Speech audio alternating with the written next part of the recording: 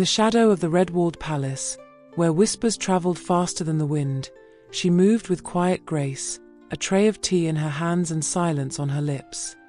Her name was Xinyi, a maid, newly assigned to the emperor's inner chambers. Just another face in a sea of servants, unseen, unnoticed. But beneath her simple robes and lowered gaze, she carried more than tea. She carried vengeance. Years ago, she had been a girl with laughter in her throat and a brother who read poetry beneath apricot trees. That brother, brave, loyal, and outspoken, had been executed by imperial decree. The emperor's decree, or so she was told. They trained her in secret, fed her lies like honey, sent her into the heart of the palace with a name not her own and poison stitched into her sleeve. Her task was simple: serve in silence, wait, and when the moment came, end him. But nothing in her training prepared her for him. The young emperor was no tyrant in gold. He walked barefoot in his study, lit incense for the dead, and spoke to palace cats like old friends. He noticed her on the first day, not with desire, but curiosity. "You're new," he said, accepting the tea she poured. "What's your name?" "Xinyi," she answered, a name she chose because it meant heart's intent. "Do you always speak so little?" he asked. She bowed. "I was taught that silence keeps one safe." He smiled, not mockingly. "Then we are alike." She returned each morning to serve his tea, each night to lay out his robes. He never asked for more than her presence, never touched her, never demanded. But slowly, she noticed things. The burned scars along his wrists, half hidden by sleeves. The weariness behind his eyes when he thought no one watched. And the letter he read over and over, creased, faded, signed by a name she knew by heart.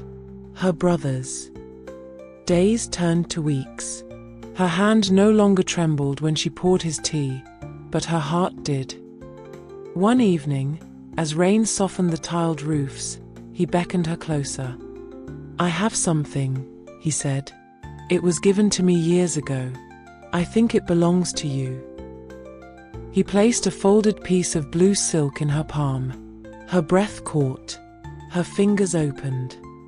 Inside was a jade hairpin, cracked, delicate, carved in the shape of a flying crane. Her brother's. She stared at it as if it might vanish. "I was barely a prince," the emperor said, voice quiet. "Your brother saved my life during the rebellion. He could have run, but he didn't. He stayed, fought, bled." She looked up, eyes brimming. "He died so I could live. I never forgot." The world tilted beneath her.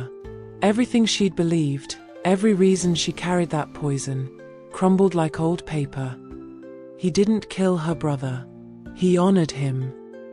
That night, Xinyi sat alone in her quarters, the hairpin in her lap and the vial of poison beside it.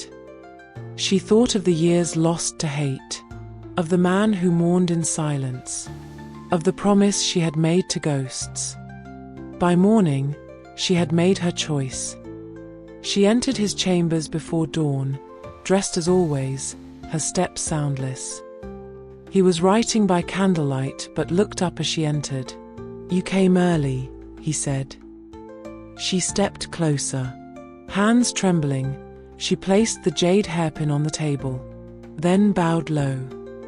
"Your Majesty," she whispered, "I lied to you." He looked at the hairpin, then at her. "I know," he said softly. She stepped back, ashamed. "I was sent to kill you." "I know that, too." The silence between them was a held breath. "Why didn't you stop me?" she asked. He rose. "Because I trusted your heart more than your mission." She looked up, startled. "You knew." He smiled gently. I could tell. I saw your sorrow every day. I saw your hesitation. I knew the truth even before you did. Tears welled in her eyes. She had prepared for anger, for death, not forgiveness.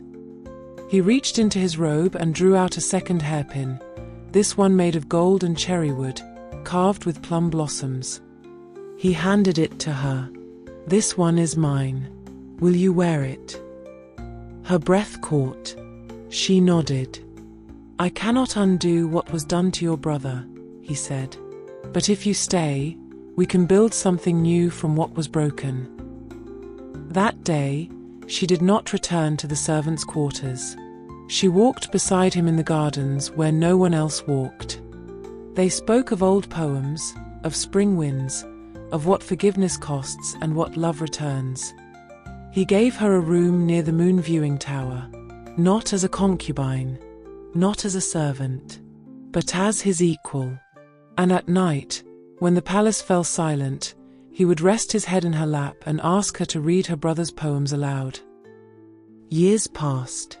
Whispers stirred the court of the emperor's strange affection for a quiet former maid, but none dared question it. Xinyi no longer wore grey. She wore robes the color of dawn. And in her hair, she wore 2 pins, one jade, one gold, one for her past, one for the life she chose. But on one quiet evening, when the moon was full and the stars seemed to hold their breath, the emperor took her hand in his. I wish to make this official, he said softly. Xinyi, will you marry me? She stared at him, heart racing, 1,000 emotions flooding her. This was it. The emperor, the ruler of the land, was asking her to be his wife, not as a concubine, not as a servant, but as the woman he loved. With tears in her eyes, she nodded. Yes, I will marry you. And so, they were married in a ceremony unlike any other, quiet, intimate, away from the eyes of the court. The emperor had no need for grand displays, he only needed her. They ruled together, not as emperor and consort, but as partners, sharing in the burdens and joys of the realm, understanding each other in ways no one else could. The palace no longer felt cold, but warm with the presence of love and mutual respect. Every spring, when cranes flew above the palace, the emperor would pause and smile, his hand brushing against hers. In the garden, Xinyi often wore both hairpins, one jade, one gold, symbolizing the past she had lost and the future she had found. Together, they built a new life, a life of peace, love, and healing.